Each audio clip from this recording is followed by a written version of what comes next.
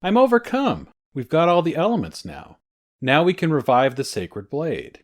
You'll have Princess Zelda back to normal in no time.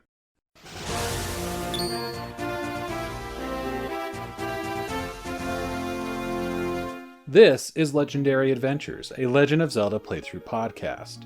This week in the Minish Cap, we're infusing the white sword with the final element, and facing Vaati in a dark, twisted version of Hyrule Castle, to break the curse on Princess Zelda.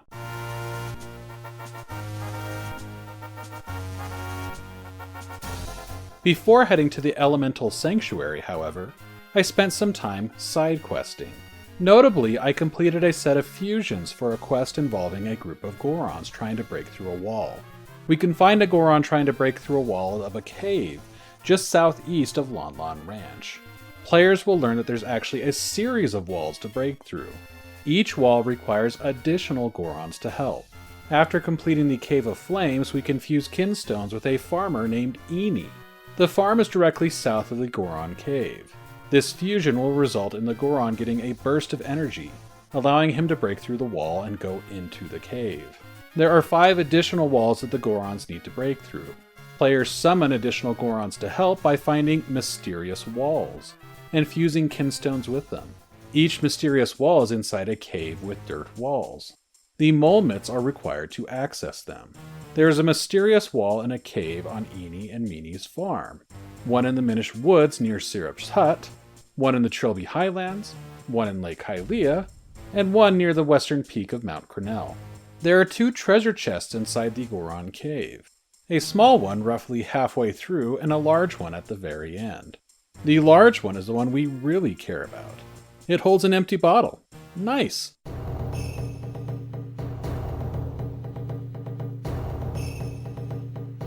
The Swordmaster Swiftblade has 7 brothers, or maybe that's 6 brothers and 1 ancestor, scattered around Hyrule.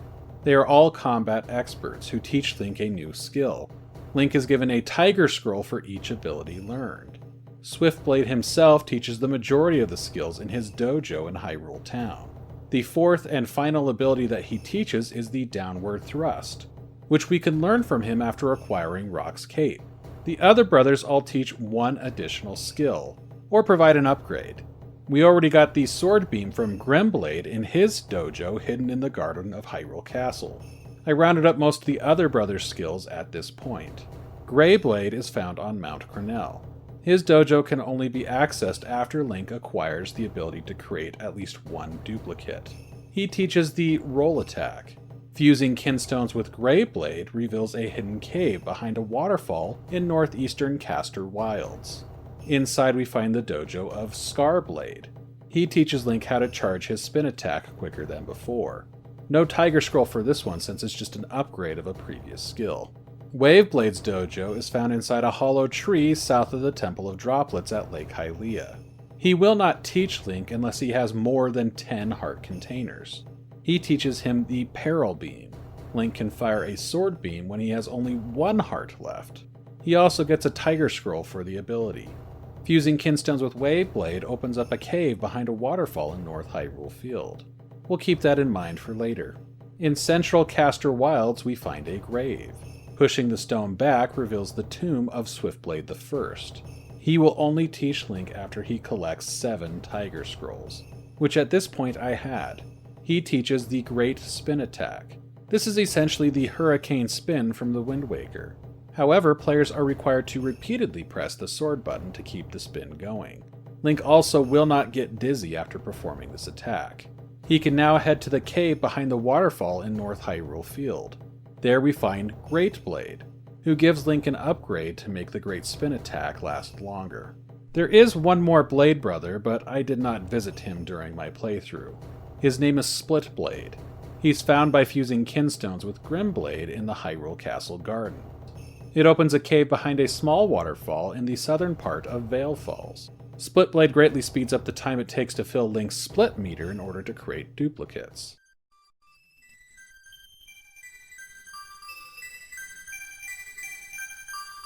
When we return to the Elemental Sanctuary and fuse the final element,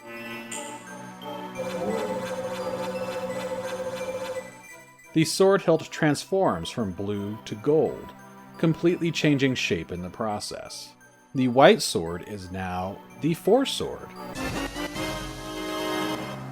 The legendary sword wielded by Link and his 3 duplicates in both Force Swords and Force Swords Adventures.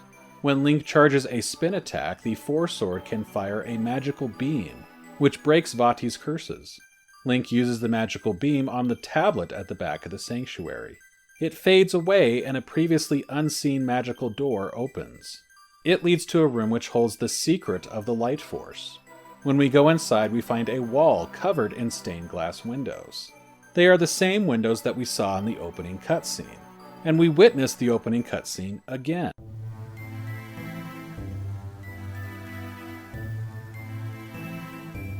We're told how in an ancient age monsters threatened the world. The Minish arrived from the sky, and bestowed upon a hero a sword, the Force Sword, and a golden light. The hero defeated the monsters. The people then enshrined the sword within a chest, sealing the monsters inside. And for the first time, we learn that the golden light, the Light Force, is embodied within Hyrule's princess. Vaati's laugh cuts through the air. He is suddenly standing before Link and Ezlo in the form of King Dultis. He thanks Link and Ezlo for guiding him to the secret of the Light Force. He resumes his form as a sorcerer. He fires a bolt of energy at Link, knocking him unconscious, all the while laughing with glee about now knowing the location of the Light Force. Link is awoken by Ezlo calling to him. When he regains consciousness, Ezlo recaps what we just found out, emphasizing that Princess Zelda holds the Light Force. Vaati is going to try to steal it from her.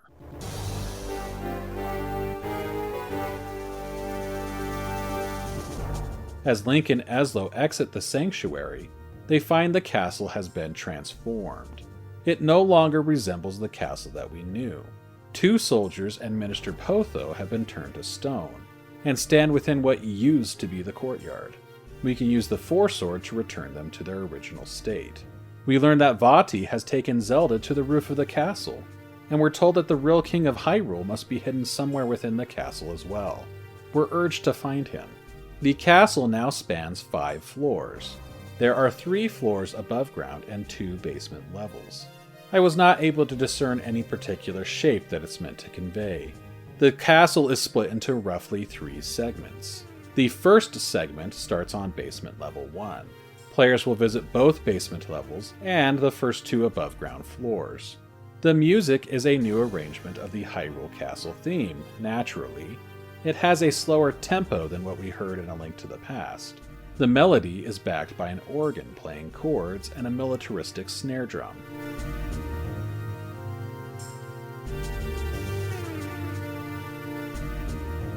From the Elemental Sanctuary, we head west and then north, dodging firebar obstacles along the way. There is a large cross-shaped firebar which we notice spins over a hole leading to a lower level. At the end of the path, we defeat Stalfos and the flying skulls known as Bubbles. We then bomb our way through a wall to find a Minish portal in the next room to the east. We shrink and then backtrack to that cross-shaped firebar and drop to basement level 2. On basement level 2, we find the castle dungeon, and we can enter one of the cells by passing through a Minish-sized door on the west side of the room. There's a Minish portal in the cell, allowing us to return to normal size. There's also a floor switch which opens all the cell doors. The King of Hyrule is in the next cell to the east, turned to stone. We use the Force Sword and break the curse, returning him to normal. The king expresses his thanks to Link for freeing him. He wishes to do something about Vaati, but he says that his age would only be a hindrance. He trusts Link to take out Vaati and gives him a small key.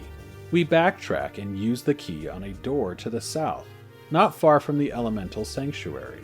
There appear to be other locked doors, but they are all door mimics and they will fall and hurt Link if he tries to open them.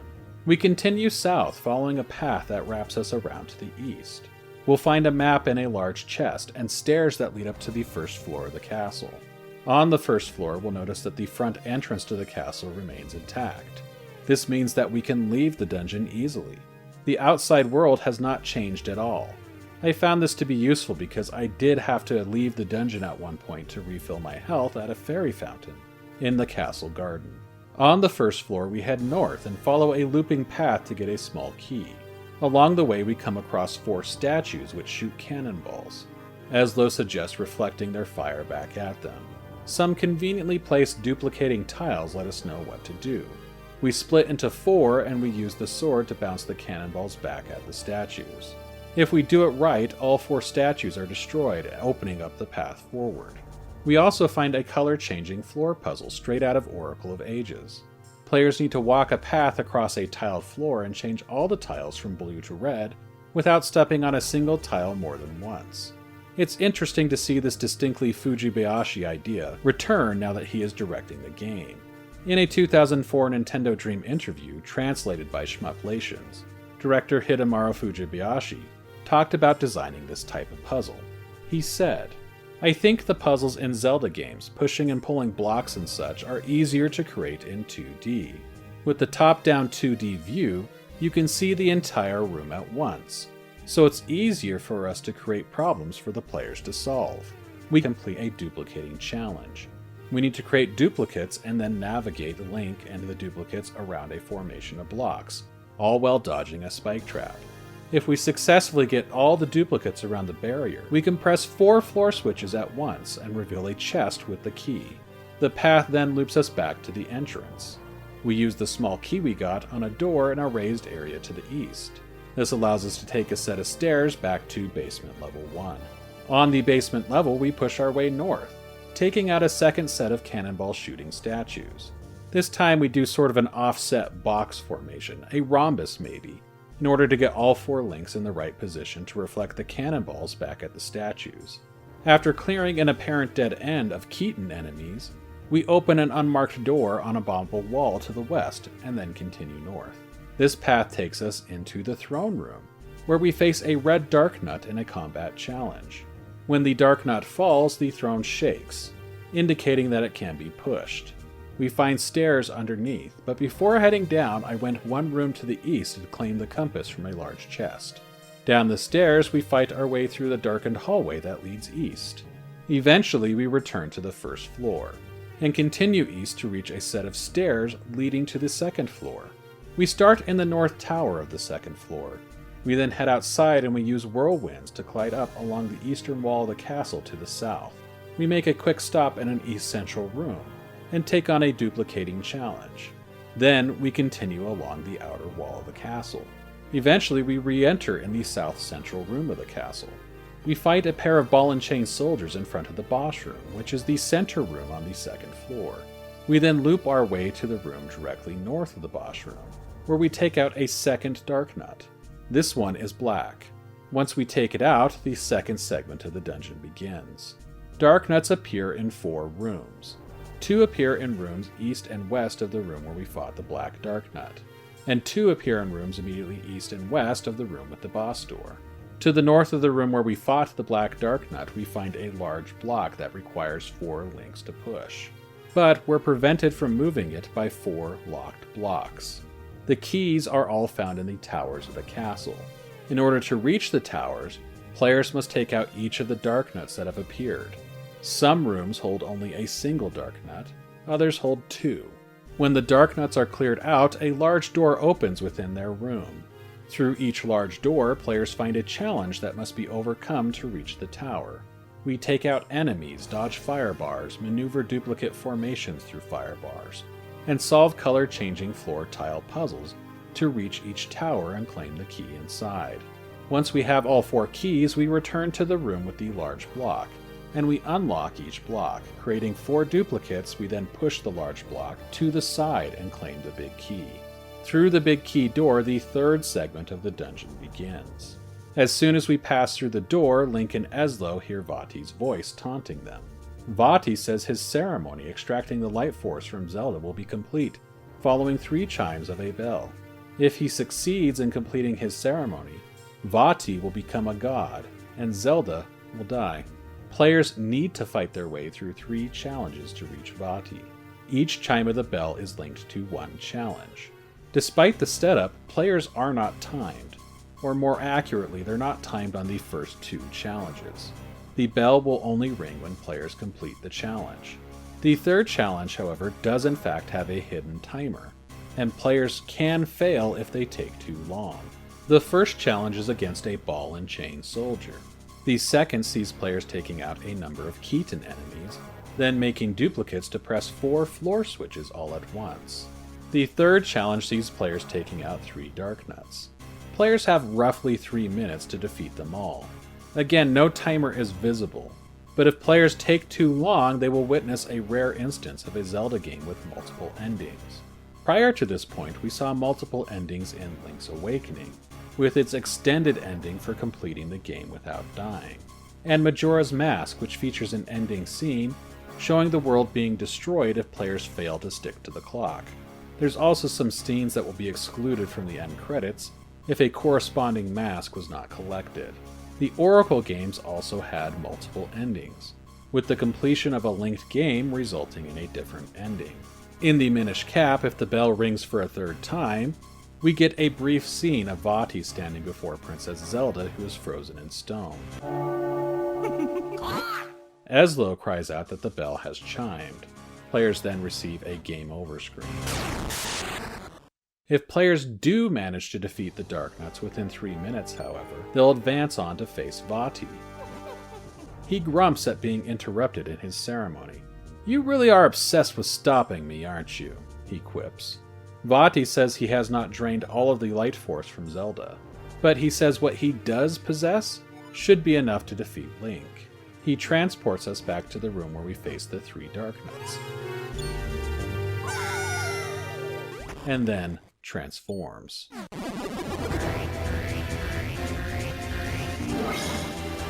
Vaati becomes taller. Atop his head is a horned hat or helmet. His hair is long and flowing. A black cape is open, revealing a massive vertical eye where his body should be. His legs are formless, flickering black shadows, more like fire than limbs. Vaati Transformed is the first of 3 phases of the end boss gauntlet. It's intense and difficult, and ultimately a really fun finale. I found Vaati Transformed to be the hardest of all 3 forms. He sends out small flying eyes around him, sort of recalling Patra from the original game. He also shoots fire and dark energy. The flying eyes must be destroyed in order to make Vaati vulnerable. Once those small eyes are destroyed, the large vertical eye opens on his midsection. We shoot it with an arrow and then slash away with the sword. After a couple of rounds, Vaati will send out the small eyes with dark, damaging clouds around them. Link must use the Gust Jar to clear the darkness from the flying eyes, and then take them out. After a few more rounds, this first form of Vaati is defeated, and he transports Link to another realm. Vaati taunts Link, claiming to be filled with a power that Link cannot understand. He transforms again, taking on a form that resembles the Vaati that we first saw in 4 Swords and 4 Swords Adventures. This is Vaati Transfigured. In this form, he is spherical with a single large red eye. Vaati is surrounded by 8 smaller spheres. We must shoot the spheres with an arrow to change them either red or blue. The red spheres also have single red eyes. The blue spheres should be ignored. There are 4 red spheres in all.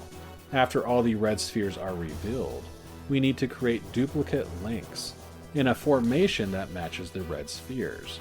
That way we can hit all of them at once. After a few hits, the spheres disappear, and then we can land hits directly on Vaati. He attacks by littering the arena with purple spiky balls. This makes it hard to maintain duplicates. They can be destroyed, and some will drop items. Vaati also shoots balls of energy. After a few rounds, Vaati falls.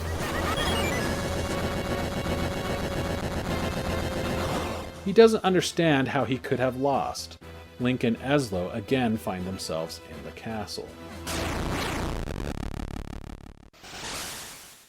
Turns out that we get a little bit of a breather between the second and third boss phases. We use the 4 Sword to break the curse on Zelda. As Zelda comes back to life, we're treated to a new arrangement of the theme that played when Link awakened Princess Zelda at the end of Zelda 2. In addition to the music from Zelda 2, Zelda's themes also worked into the arrangement. It's rather nice.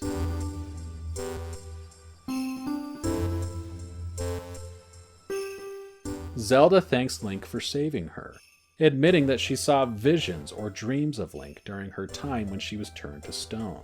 Ezlo is glad the curse is broken, but suddenly the castle begins to collapse. Link and Zelda have to escape.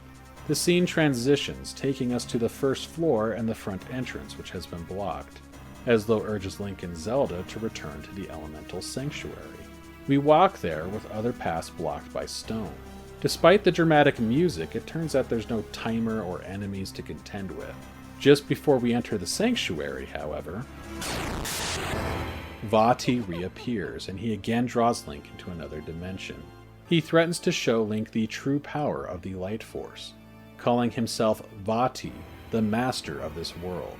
The final form is known as Vaati's Wrath. He now has 2 arms and 4 small spheres with eyes on the front of them, just below his large eye. Vaati attacks by shooting balls of electricity. He also swipes at Link with his arms. Occasionally, he will stick one arm into the ground. The arm then emerges from the ground in another location. We can use the cane Apache to detach these arms after they emerge from the ground. We then use a Minish portal on the north side of the arena to shrink down and enter a door at the base of the arm. It recalls Mazal from earlier in this game, with multiple screens, as well as the multiple screen boss fights from Four Swords Adventures. Inside Vaati's arm, we find a number of virus-like miniature Vaatis. Only one is real. We can tell which one is real because the eye actually moves around. We destroy the real eye to destroy the arm, and then repeat the process for the other arm.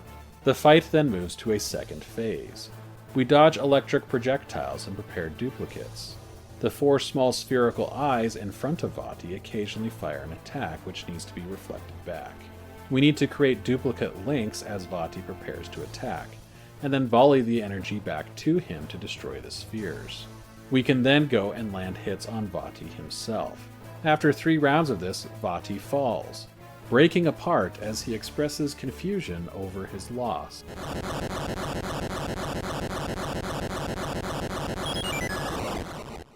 The magical cap created by Ezlo reappears, and Link finds himself outside the sanctuary with Zelda. The princess laments the damage done to the kingdom. Ezlo himself returns to normal. He introduces himself to Zelda and explains that he created the cap. He asks for forgiveness, but says that they should not despair. Ezlo suggests the power of the Light Force that Zelda still possesses, combined with the power of the cap, can make things right. With the cap on her head, Zelda wishes.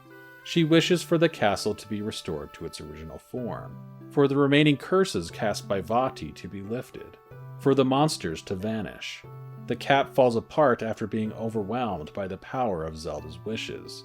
It is a miracle. The door to the Elemental Sanctuary begins to close. The portal to the Minish world is closing along with it. It only opens once every 100 years. Ezlo says his goodbyes. As a parting gift, he gives Link a green hat, which resembles Ezlo in his hat form, though it cannot stand upright as Ezlo did. Of course, it suits Link perfectly. Ezlo shrinks down to his original Minish size and enters the sanctuary. The door closes behind him. The credits roll. Post-credits, we are shown one final stained glass image. Link with Ezlo perched atop his head. The 4 elements around him. We are told this is not the end to adventures in Hyrule. The legend will continue. With most Zelda games, that would be the end. However, the Minish Cap is a little different. It features some post-campaign content.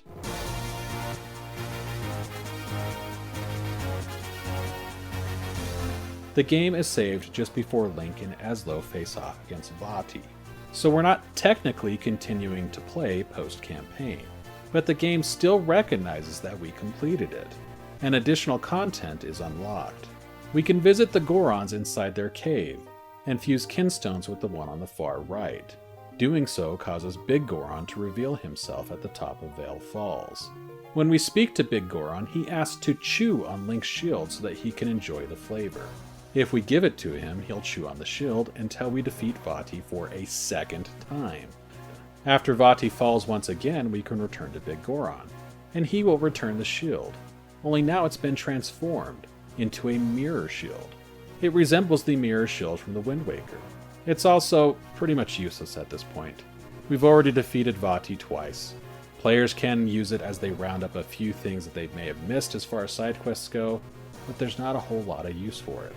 It is worth noting that Karlov will mention that he's added another series of figurines to his toy vending machine. This brings the total number of figurines up to 136. I did not collect all of them, but I understand the final series includes figurines of Zelda and Link together, Eslo in Minish form, a Black Dark Nut, and all 3 boss forms of Vaati. And with that, we've reached the end of the Minish Cap. Next week we're going to take a look at the world and legacy of the game. If you want to follow along and you haven't already, please subscribe. And if you've already subscribed, thank you. You are amazing. I am Paul Riley, and I will see you next week.